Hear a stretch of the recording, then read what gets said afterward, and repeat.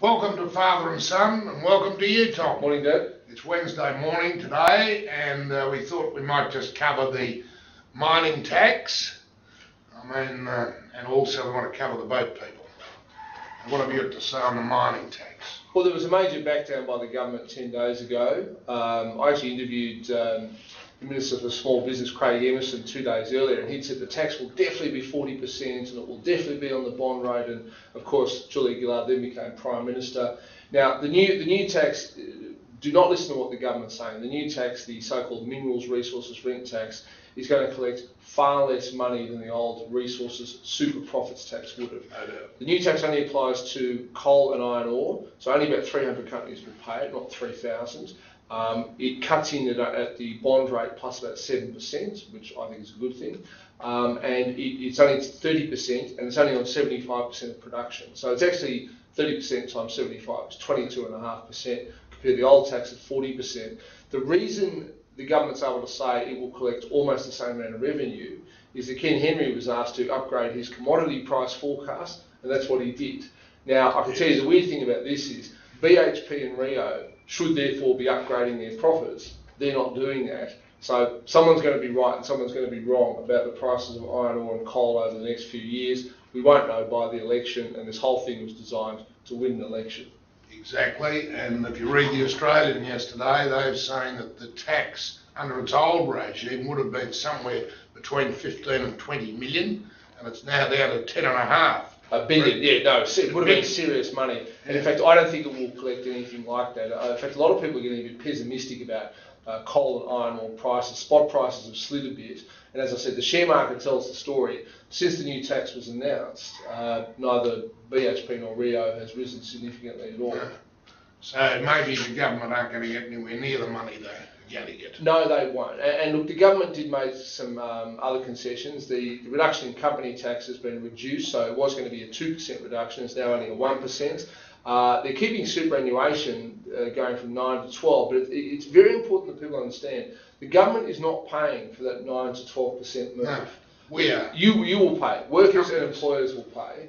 All the government has promised to do is keep superannuation tax at a lower rate, that is 15%. So don't think you're getting a free kick. Really what the government... It hasn't been decided yet whether the company's going to pay it or whether the employee will have to contribute. No, well I think if you go back to the negotiations when super originally went to 9%, it tended to vary industry by industry. In most areas where you get a salary, they just say, you offer a pay packet and super comes out of it. And so it's, you can't even tell who's really paying. But I'll tell you who's not paying, and that's the government. That's correct. Now, what about the turnaround on the boat people?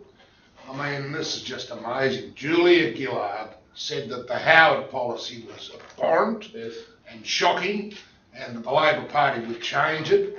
When Rudd came to power, he picked up on Julia Gillard's idea, and that's why we're getting 3 boats a week, whereas the Liberals got 3 boats a year.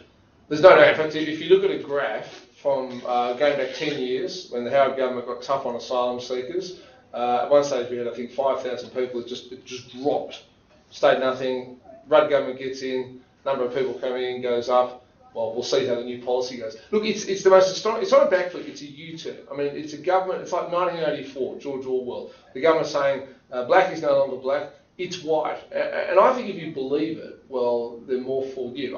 They may in fact do it, but how is sticking people on Nauru, which is the Howard government policy, any different from sticking them on East Timor? And the answer is, I don't know. And the other interesting thing is, they're going to spend a lot more money because Nauru's built. Yeah, so we're building. In fact, it's a very complicated form of aid. And here's the thing: East Timor, we still have 400 soldiers in East Timor because it's not a safe place, and and there's a travel warning for Australians. So we're saying that to Australians, don't go there, it's a bit dangerous, but we'll send all these refugees there. Look, it's a U-turn of monumental proportions. I don't think you can trust Julia Gillard, as much as I might actually agree with. It's quite clear that the politics is quite smart coming up to an election, that they're trying to diffuse both these issues, which were going to be major losers, and help the Liberals win the government.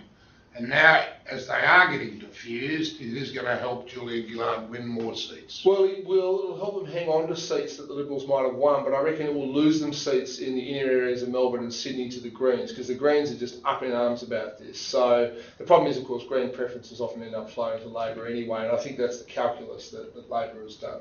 Yeah. All right, that's it for this week. Thank you, Tom. We'll see you all next week.